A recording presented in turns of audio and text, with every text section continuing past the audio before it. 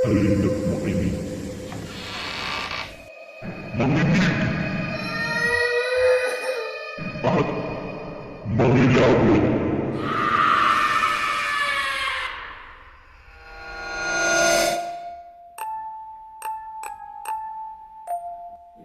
Isa na namang gabing puno ng kwentong kababalaghan, misteryo at katatakutan ang ating mapakikinggan mula sa ating Anonymous Recounter.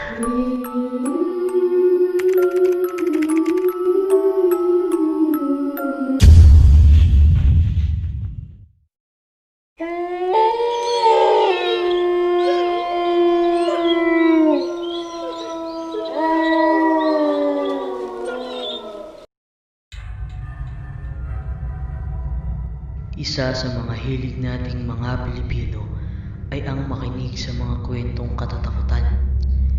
Kaya naman hindi na nakapagtataka na marami tayong mga kwentong bayan patungkol sa iba't ibang uri ng mga elemento. Ngunit may isang kwentong bayan ang sinasabing hindi lamang daw ito isang haka-haka, kundi ito raw ay isang totoong pangyayari sa bayan na bahagi ng Kabisayaan.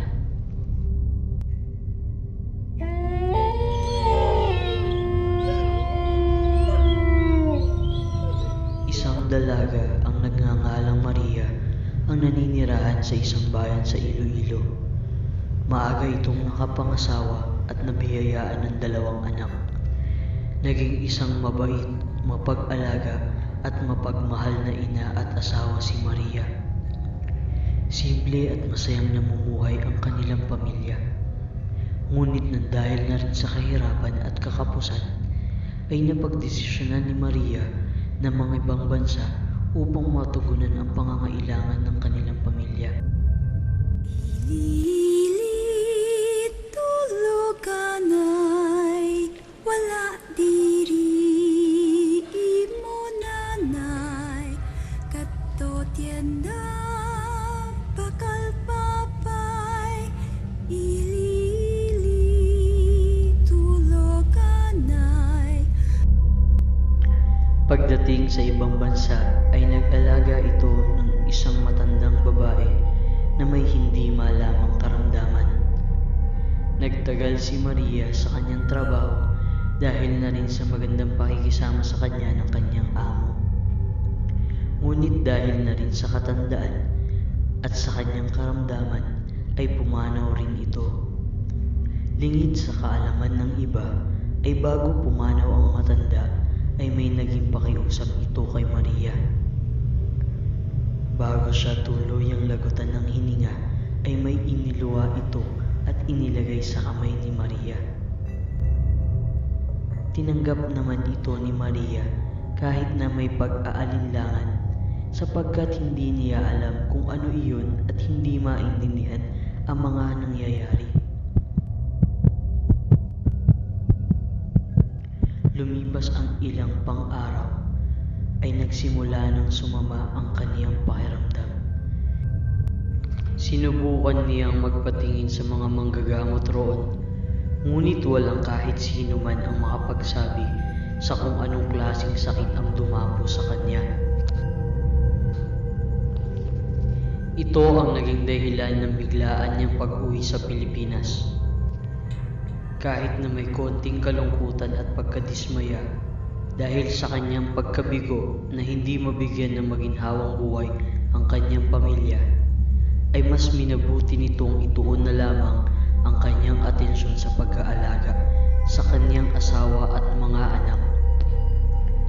Naging masaya ito at kontento, ngunit alam niyang may mali sa kanyang nararamdaman.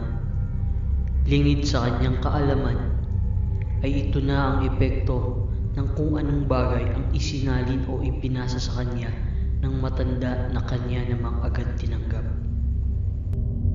Lumipas ang mga araw at lalong lumala ng lumala ang kanyang karamdaman.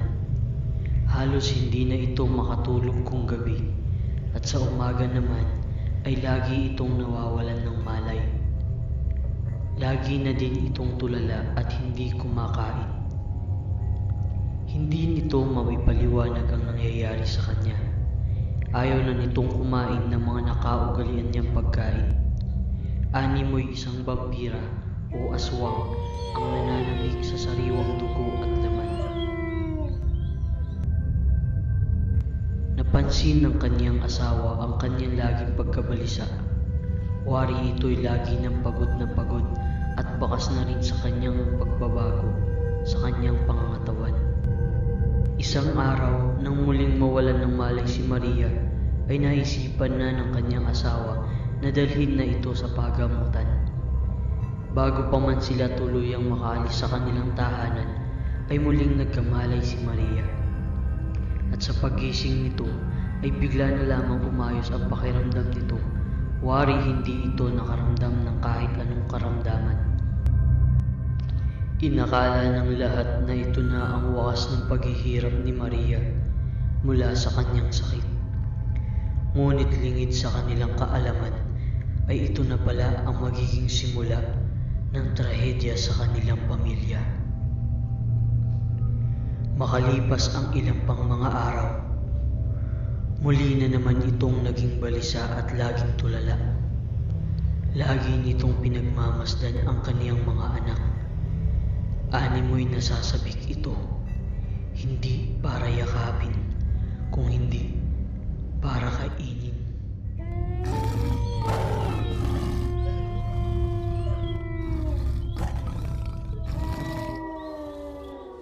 Dumating ang isang gabing hindi inaasahan ng lahat.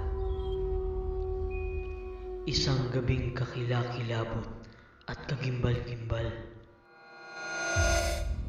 Nang umuwi ang kanyang asawa galing sa pagtatrabaho, ay naabutan niya si Maria sa kanilang silong na nagluluto. Nariyan ka na pala. Unang kita niya pa lamang sa kanyang asawa ng gabing iyon, alam na niyang may mali rito, sapagkat iba na ang ikinikilos nito. Kaya't agad niyang tinawag ang kanyang mga anak. Mga anak, narito na ako. Narito na tatay. Ngunit walang narinig na sagot ang ama. Huwag mo na silang hanapin. Paghahaing na lang kita ng masarap na hapunan. At nagpunta si Maria sa likod ng kanilang bahay.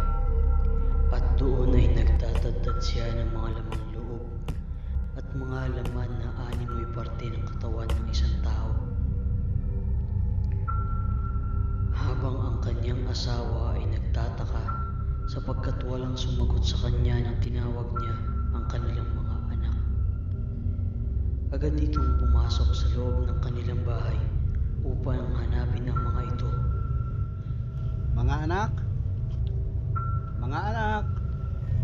Lalo itong nangamba nang makita na wala roon ang kanilang anak. Agad-agad itong lumabas patungo kay Maria. Maria, asan ang mga anak mo? Bakit wala sila sa loob ng bahay? Hindi nagsalita si Maria, ngunit tumuro ito sa gawing kanan kung nasaan ang kanilang lutuan at agad itong umalis. Dahil sa takot, agad-agad tinungo ng kanyang asawa ang gawing iyon upang hanapin ang kanilang anak. Ngunit nabiko pa rin siya. Napansin niya ang isang malaking kaldero na nakasalang sa kalan na tila ba'y nagpapalambot ng isang matigas na karne.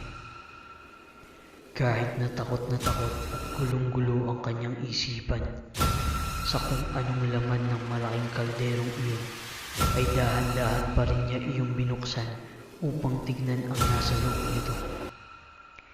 At laking gulat niya nang makita ang pira-pirasong parte ng bata. Halos mapaiyak ito sa kanyang nasaksihan. Agad niyang hinanap si Maria. Galit na galit at hindi malaman ang gagawin. Asan ka, Maria? Maria! Ano ginawa mo sa mga anak natin? Ilang sandali pa'y natagpuan niya na rin ito. Nakasalampak sa damuhan na tila ba ito'y may kinakain. Agad niya itong tinawag. Maria! Ano ginawa mo? Paano mo nagawa ito sa mga anak natin? Tumigil ito sa kanyang ginagawa at dahan-dahan ibinaling ang kanyang ulo patungo sa kinaroroonan ng kanyang asawa. Halos mapaatras ang asawa sa kanyang nakita. Si Maria, punong-puno ng dugo ang kanyang bibig at pisngi. Hawak nito ang sanggol nilang anak habang ito'y kanyang kinakain.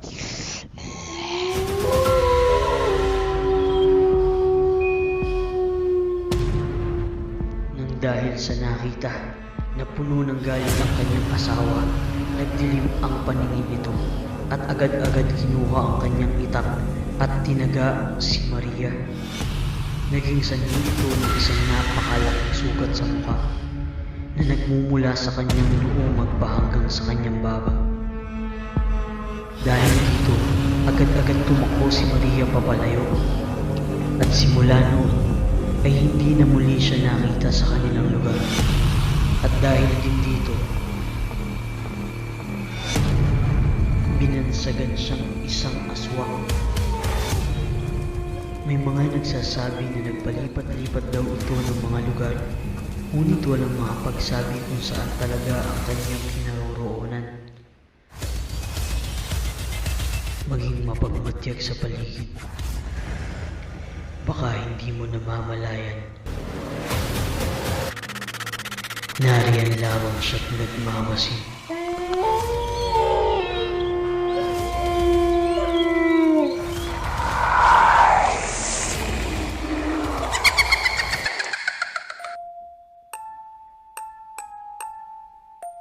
Buksan ang isipan at palawakin ang imahinasyon sapagkat sadyang may mga bagay-bagay ang nababalot ng kababalaghan at misteryo.